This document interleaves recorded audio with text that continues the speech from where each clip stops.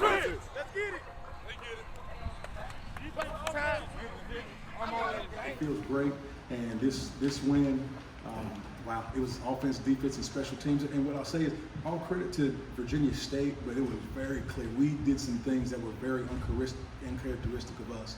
We turned the ball over, had some uncharacteristic flags, drops, blown assignments, just things that aren't normally us. And Virginia State was the cause of some of those things, but some things that we'll have to clean up. But when you play a very good ball club, those types of things happen. But I can't even put it in perspective. I cannot, because I guess I'm still in coach mode, looking at things that we could have done better. But it feels good to know that we're undefeated in the CIAA and going into the bye week to get some guys healthy and to get ready to clean up some things that we didn't do well. I did expect it to happen this quick because we have a supportive administration. We have a great coaching staff that, first off, we have good systems and we know how to recruit. And we're in a recruiting hotbed. I mean, Charlotte, North Carolina and South Carolina across the border is one of the best recruiting areas in the Southeast. And then also we're in Charlotte, North Carolina, so we're attractive to older football players that still have eligibility and they want to get ready. If they don't go to the NFL, they're in a place that they could start their professional career.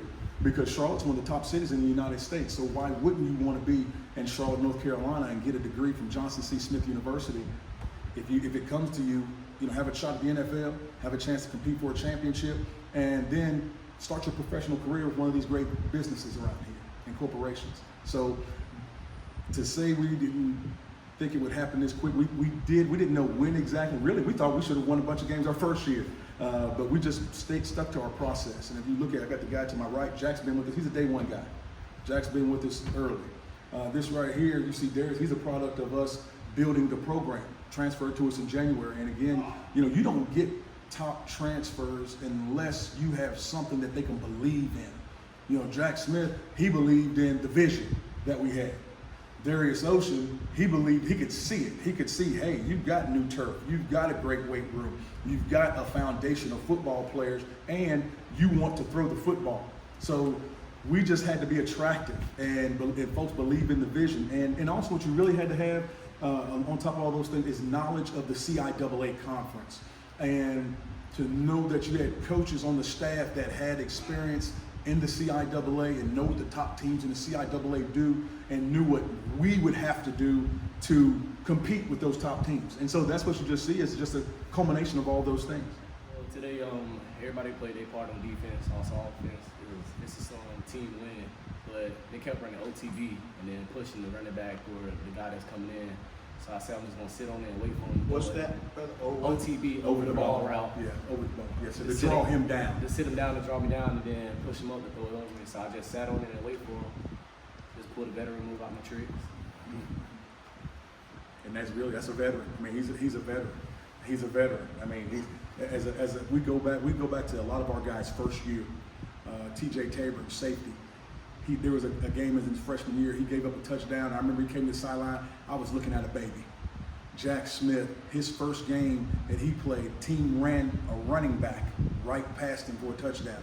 Never happened again. So you listen to what he drew from right there, his explanation about that interception to end the game. They were trying something that basically he had seen before. And so that's what you get with experience. Jack Smith, one of the top linebackers in the doggone CIAA and in Division II. I mean, Jack, started off at Purdue. Had a great high school career for an outstanding program, Lakeland, Florida. The Dreadnoughts, I'm sure we all heard of them. Went to Purdue, then Campbell, and believed in our vision. And Jack he is the Mike linebacker. He is the quarterback of the defense. And so when you speak of our defense being one of the tops in the country, number 1 in last year, came into this game number 7 in Division II.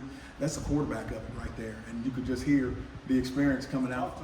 We all just family, so this is that simple, honestly. Just talk it through.